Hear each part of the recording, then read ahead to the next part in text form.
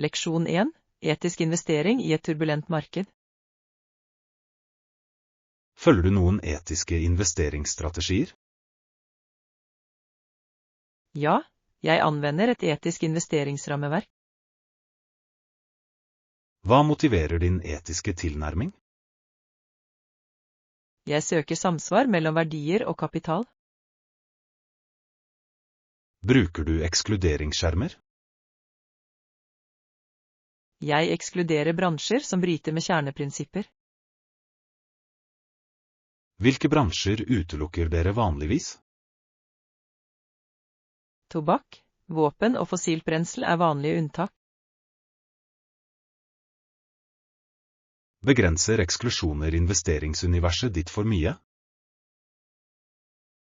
De kan, og det er derfor balanse er nødvendig.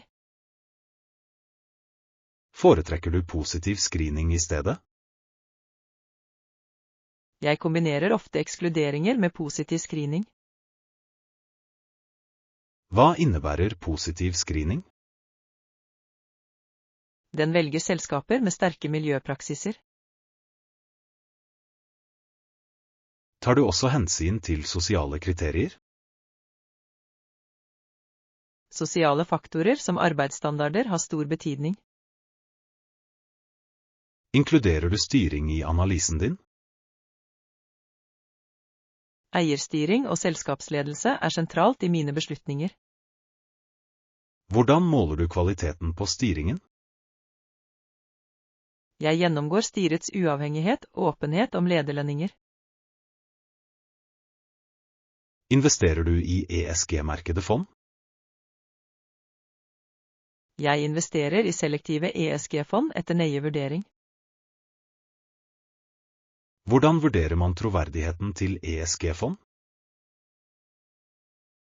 Jeg undersøker metoder, beholdninger og tredjepartsrevisjoner. Er det bekymringer rundt grønnvasking?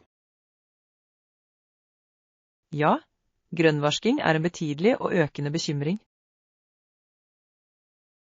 Hvordan oppdager man grønnvasking i fond?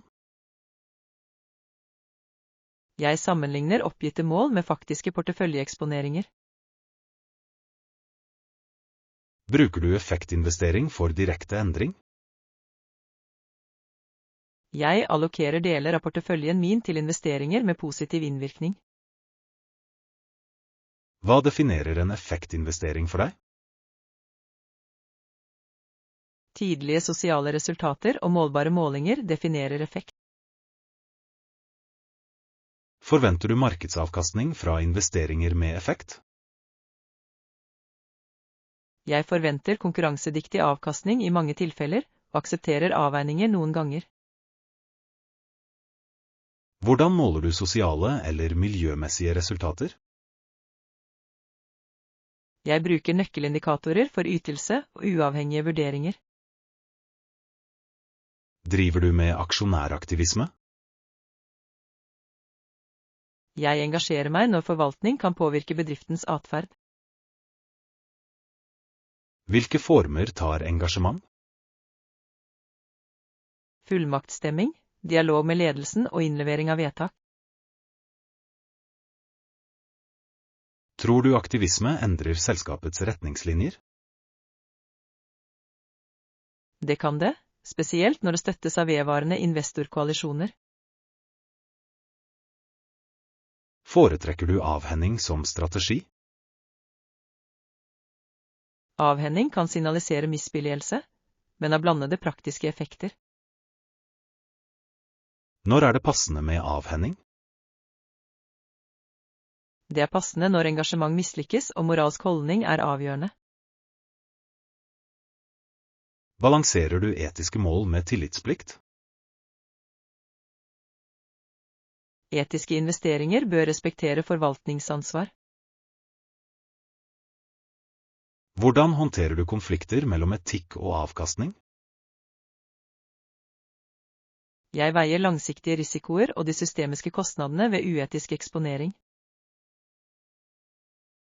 Integrerer dere klimarisiko i finansielle modeller? Jeg inkluderer scenarioanalyser og risikovurderinger ved overgang. Bruker dere karbonavtrykkmålinger for porteføljer? Jeg sporer karbonintensitet og eksponering mot sektorer med høye utslipp. Hvor pålitelige er karbonmålinger på tvers av selskaper? Målinger varierer, så jeg foretrekker standardiserte og reviderte opplysninger. Foretrekker du selskaper med netto nullforpliktelser? Jeg foretrekker troverdige forpliktelser med klare mål og mellomliggende milepæler. Hvordan vurderer du troverdigheten til løfter om netto nullutslipp? Jeg undersøker tredjepartsverifisering, kortsiktige planer og samsvar med kapitalutgifter. Investerer dere direkte i grønn teknologi? Jeg investerer selektivt i fornybar energi og bærekraftig infrastruktur. Er fornybarinvesteringer alltid lav risiko? Det er det ikke. Prosjektgjennomføring og regulering skaper risikoer. Tar du hensyn til etikk i forsyningskjeden? Åpenhet i forsyningskjeden er avgjørende for ekte bærekraft. Hvordan evaluerer du praksis i forsyningskjeden? Jeg gjennomgår revisjoner, leverandørkoder for oppførsel og utbedringsjournaler. Prioriterer du menneskerettigheter i investeringsvalg? Menneskerettighetshensyn er ikke til forhandlings i mitt syn. Unngår du selskaper med dårlige arbeidsresultater? Jeg unngår eller samarbeider med selskaper for å ta tak i arbeidsrelaterte overgrep. Tenker du på lokalsamfunnets konsekvenser? Samfunnspåvirkning er en sentral dimensjon ved ansvarlig investering. Hvordan veier du kortsiktig profitt opp mot langsiktig samfunnsnytte? Jeg prioriterer langsiktig motstandskraft og systemisk velvære. Diversifiserer dere på tvers av sektorer samtidig som dere holder dere etiske? Diversifisering er fortsatt viktig for å håndtere idiosynkratisk risiko. Bruker dere tematiske strategier som bærekraftig landbruk? Tematiske strategier bidrar til å målrette spesifikke miljømessige eller sosiale mål. Bruker dere finansielle målinger på en annen måte for etiske investeringer? Jeg integrerer tradisjonell verdsettelse med bærekraftsjusterte risikofaktorer. Hvordan håndterer dere kontroversielle selskaper med potensial for reform? Jeg engasjerer meg ofte først og vurderer avhending hvis fremgangen stopper opp. Samarbeider dere med andre investorer om etiske initiativer? Koalisjoner øker innflytelse og deler byrdene knyttet til due diligence. Tar du hensyn til offentlig politikk og reguleringer i beslutninger? Regulatoriske trender former sektorens langsiktige levedyktighet og krever overvåking. Bruker dere unntak for statsgjeld basert på menneskerettigheter? Jeg evaluerer suveren risiko og vil unngå grove brudd på menneskerettighetene. Verdsetter du åpenhet og rapportering fra selskaper? Åpenhet i rapporteringen er et grunnleggende kriterium for investeringer. Hvordan holder dere tritt med utviklende ESG-standarder? Jeg følger standardsettere, akademisk forskning og markedspraksis. Bruker dere kredittvurderingsbyråer for ESG-scoring? Jeg bruker dem som en input, ikke den eneste determinanten. Tviler du på objektiviteten til ESG-vurdererne?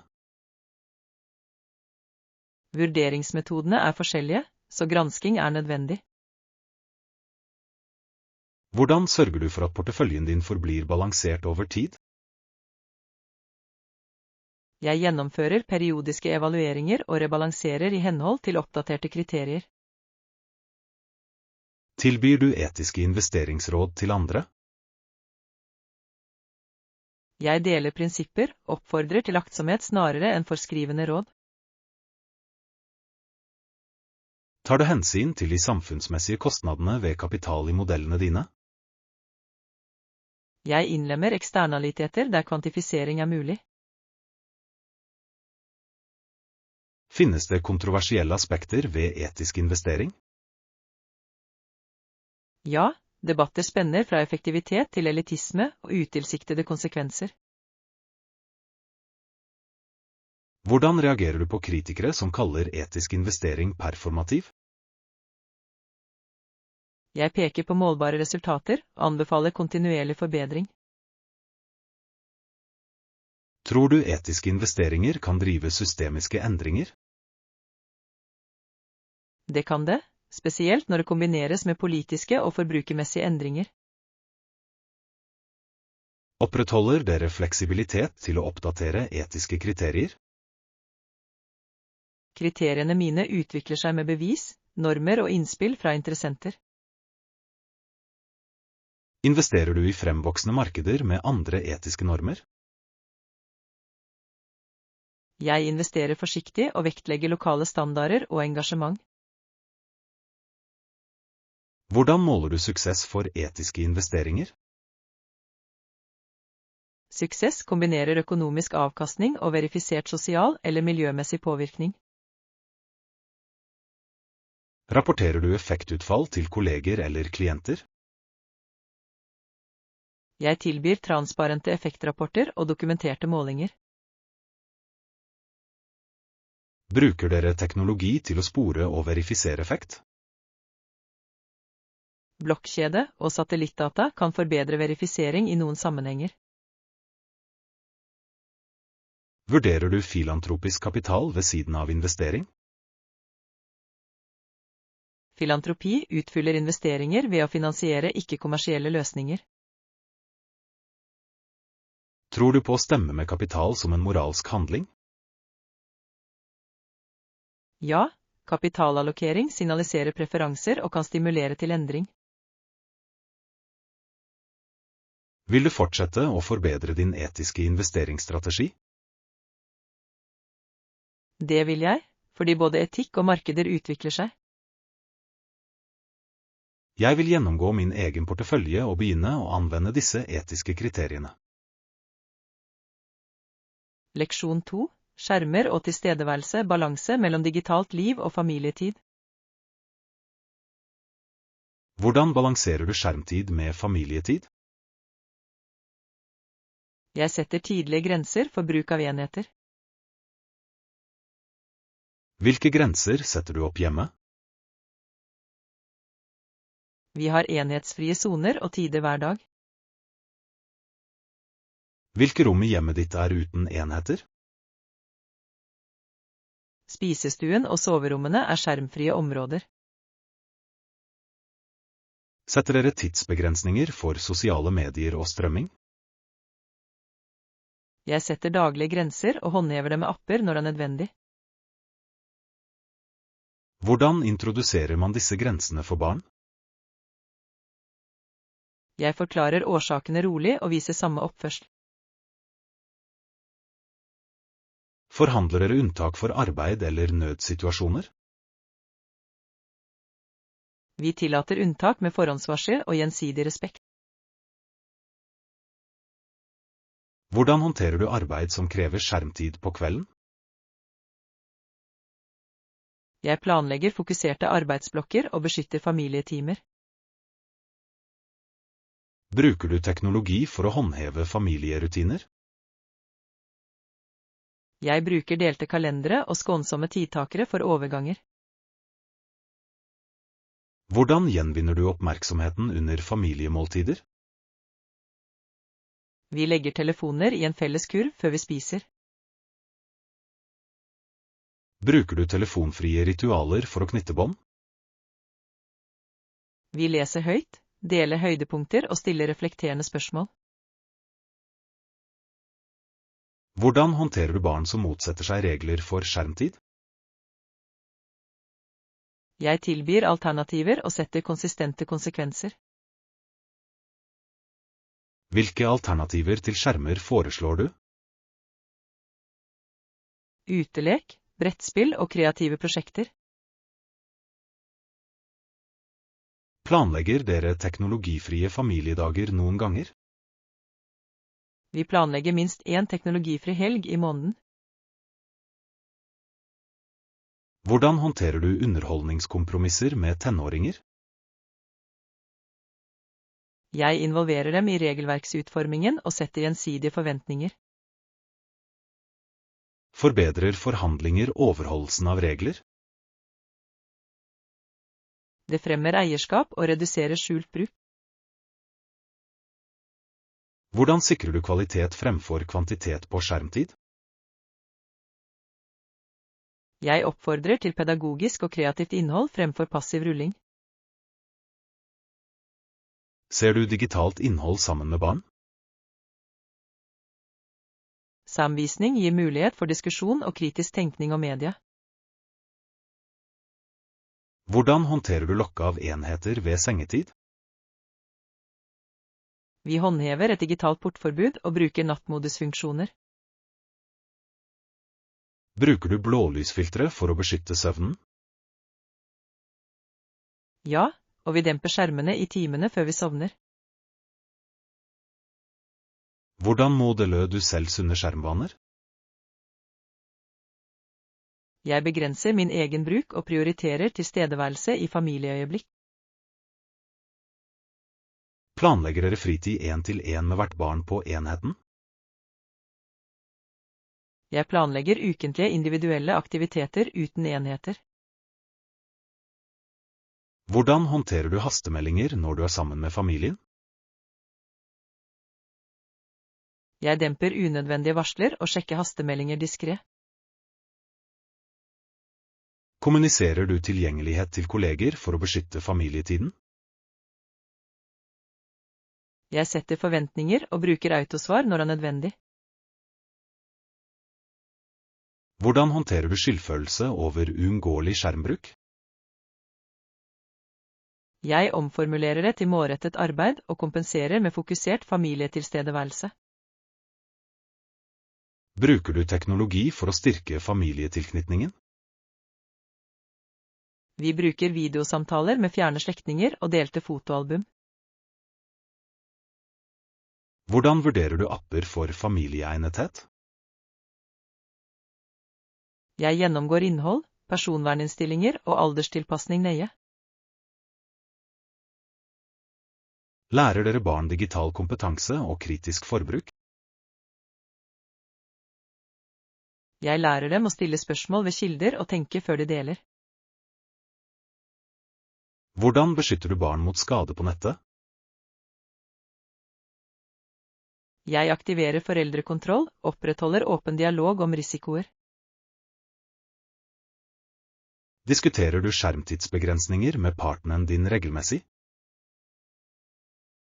Vi møtes månedlig for å evaluere reglene og tilpasse dem etter hvert som barna vokser.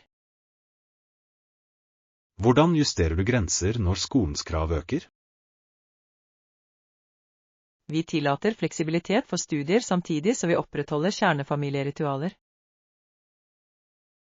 Måler dere hvilken effekt skjermregler har på familiens velvære?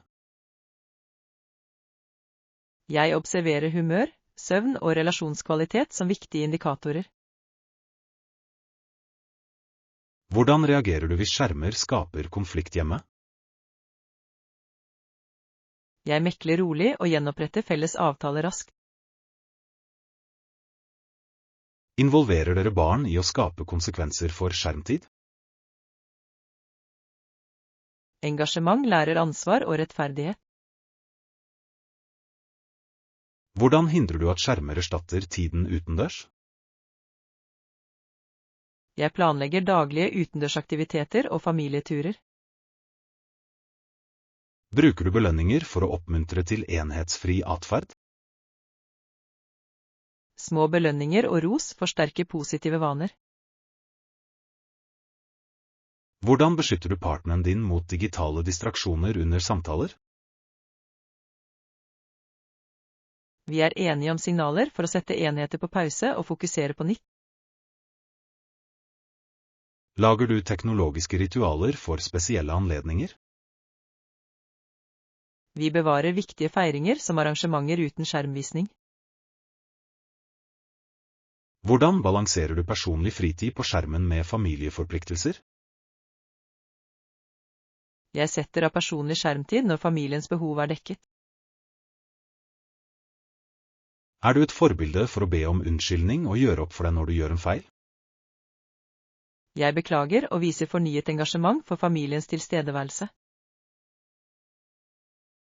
Hvordan holder man tenåringer engasjert uten konstante skjermer? Jeg støtter hobbyene deres og tilrettelegger for sosiale aktiviteter offline. Setter du deg mål for å redusere passive skjermvaner? Vi setter oss trinnvise mål og feirer fremgangen sammen. Hvordan beskytter du små barn mot algoritmiske innholdsløkker?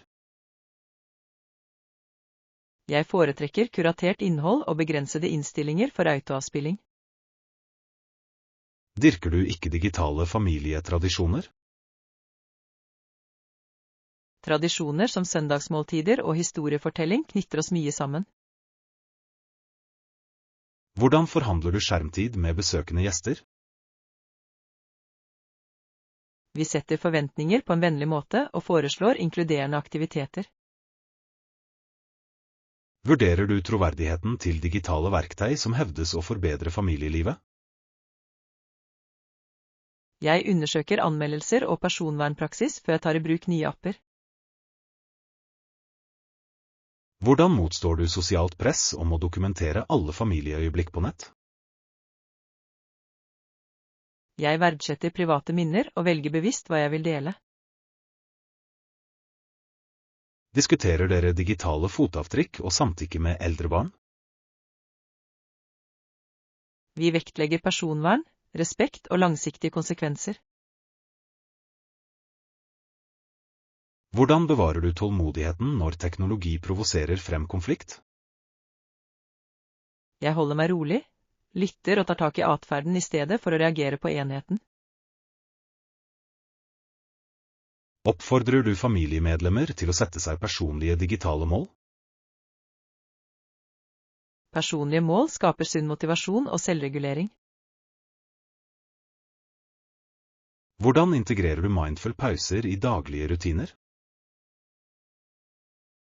Vi praktiserer korte, bevisste sjekk-inn før måltider og leggetid.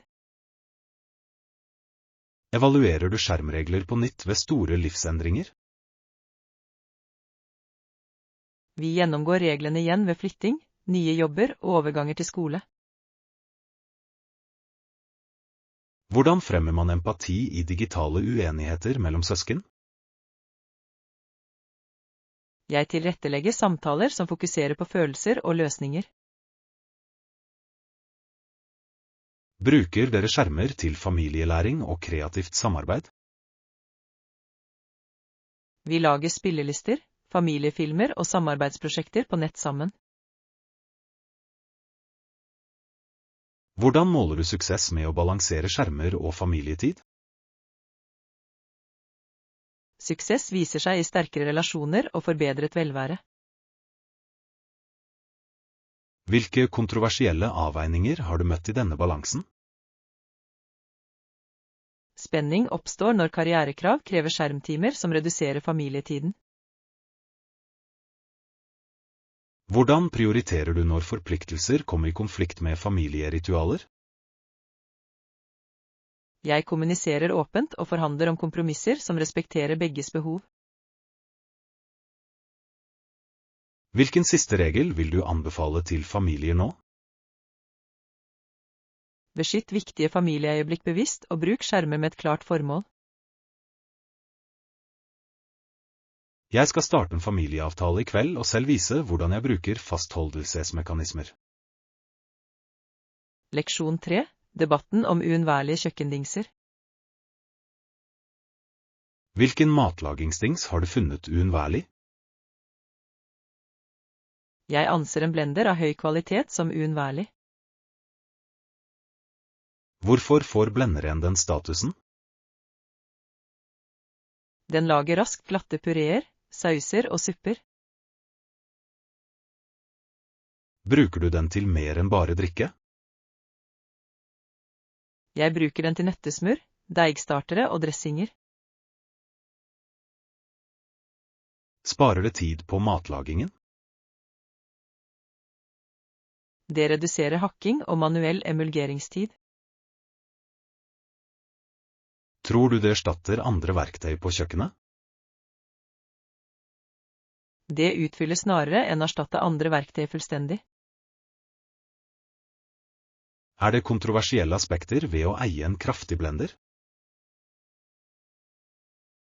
Ja, sted, energiforbruk og kostnader kan diskuteres. Bekymrer du deg for næringstap ved blanding? Fiberen forblir, men noen flyktige næringsstoffer kan endre seg med varme. Hvordan reduserer du nedbrytning av næringsstoffer? Jeg blender kort og bruker kalde ingredienser når det er mulig. Bruker du blenderen til å forberede måltider og lage storskalamat? Jeg lager store porsjoner med supper og sauser for uken. Støtter denne praksisen sunne spisevaner? Det oppmuntrer til konsekvent hjemmelage mat og porsjonskontroll. Synes du rengjøring er en byrde? Riktig valg av modeller forenkler rengjøringen med oppvaskmaskinsikre deler. Foretrekker du personlige blenderenheter for enkeltporsjoner? Personlige enheter er praktiske for raske smoothies på farten. Anbefaler du et bestemt effektområde for allsidighet? Jeg anbefaler en motor med middels til høy effekt for tøffere oppgaver. Er det sikkerhetsproblemer med høyhastighetsblader? Jeg følger sikkerhetsinstruksjonene og unngår å senke motorbasen ned i vann. Setter du pris på tamperverktøyene som følger med noen blendere? Stampere forbedrer behandlingen av tykke blandinger uten å stoppe motoren. Bruker du blenderen til desserter eller iskrem? Jeg lager frosne desserter og sorbeter med myke teksturer. Hvordan er blenderen sammenlignet med foodprosessorer? Matprosessorer utmerker seg på hakking og strimling, mens blendere utmerker seg på væsker. Eier du både en blender og en foodprosessor? Jeg eier begge for å dekke et bredere spekter av teknikker. Er det kontroversielle merkevaredebatter blant hjemmekokker? Merkelojalitet kan være sterk og polariserende i forbrukermiljøer. Anser du pris som en pålitelig indikator på kvalitet? Prisen gjenspeiler ofte konstruksjon og garanti, men research er viktig. Foretrekker du variabel hastighetskontroll? Variabel hastighet gir større kontroll over tekstur og konsistens. Har du brukt blenderen til babymat? Jeg lager glatte, næringstette pureer til spedbarn. Er du bekymret for krysskontaminering når du lager forskjellige matvarer? Jeg rengjør grundig mellom hver bruk og bruker separate beholdere ved behov. Oppbevarer du blenderen på benken eller i et skap? Jeg oppbevarer den på benken for hyppig bruk og for enkelhets skyld. Skaper oppbevaring på benken problemer med rot? Jeg balanserer tilgjengelighet med kjøkkenestetikk og oppbevaringsbehov. Finner du reservedeler lett tilgjengelige? Tilgjengeligheten varierer fra merke til merke, så jeg velger merker med god kundestøtte. Setter du høyt pris på garanti og kundeservice? Jeg verdsetter lange garantier og rask service for slitesterke hvitevarer. Har du eksperimentert med alternative dingser som etterligner blenderfunksjoner? Immersjonsblendere gjenskaper mange oppgaver med mindre lagringsplass. Har stavmiksere like stor kraft som benkeplatemodeller? De er praktiske, men vanligvis mindre kraftige for tette blandinger. Bruker du kaldpressede juicere i stedet? Jeg bruker juicepresser for klar juice, men de fjerner fiber i motsetning til blendere. Tror du at blenderen påvirker kulinarisk kreativitet? Det utvider teknikkmulighetene, oppmuntrer til eksperimentelle oppskrifter. Er kokker på profesjonelle kjøkken avhengige av blendere? Mange profesjonelle kokker bruker kraftige blendere for jevne resultater. Er det miljøhensyn knyttet til kraftige apparater? Energieffektivitet er viktig, og jeg velger modeller med ansvarlige vurderinger. Lager du plantebasert melk hjemme med blenderen? Jeg lager mandel, havre og cashmelk med hjemmelagerkontroll over ingrediensene. Reduserer hjemmelagerproduksjon tilsetningsstoffer og sukker? Det gir full kontroll og unngår unødvendige konserveringsmidler. Synes du oppskrifter og trender i lokalsamfunnet påvirker bruken av dingser? Virale oppskrifter øker ofte interessen for spesifikke apparater. Har noen virale blendertrender vært kontroversielle? Noen trender fremmer overdreven forbruk eller utrygge praksiser. Hvordan skiller du mellom trygge og risikable virale oppskrifter? Jeg følger retningslinjene for mattrygghet og unngår instruksjoner som virker hensynsløse. Anser du allsidigheten til en blender som et salgsargument for elever? Allsidighet lærer bort teknikk, oppmuntrer til hyppig øvelse på kjøkken. Ville du anbefalt en blender til nybegynnere som skal lære seg å lage mat? Ja, det er et verdifullt verktøy for å forenkle grunnleggende teknikker. Hvordan foreslår du at elevene velger en første modell? Vurder strøm, kapasitet, rengjøring og garanti i forhold til budsjett. Oppfordrer du til å eksperimentere med både salte og søte oppskrifter? Eksperimentering utvider ferdighetene og holder matlagingen engasjerende. Hvilke vedlikeholdstips tilbyr du for å holde det lenge? Rengjør bladene umiddelbart, unngå overoppheting og følg produsentens anvisninger. Oppbevarer dere kvitteringer og dokumentasjon for garantikrav? Jeg oppbevarer dokumentasjon og registrerer apparater når det er nødvendig. Finnes det tilbehør som øker blenderens nytteverdi? Ekstra glass, lokk og tamperverktøy forbedrer fleksibiliteten. Hvordan balanserer du opphopning av dingser med et minimalistisk kjøkken? Jeg prioriterer multifunksjonelle verktøy og kvalitet fremfor kvantitet. Tror du en blender kan forandre spisevane hjemme? Det kan gjøre hjemmelaget mat mer oppnåelig og hyggelig. Anbefaler du noen gang alternative tilnærminger til de som er imot blendere?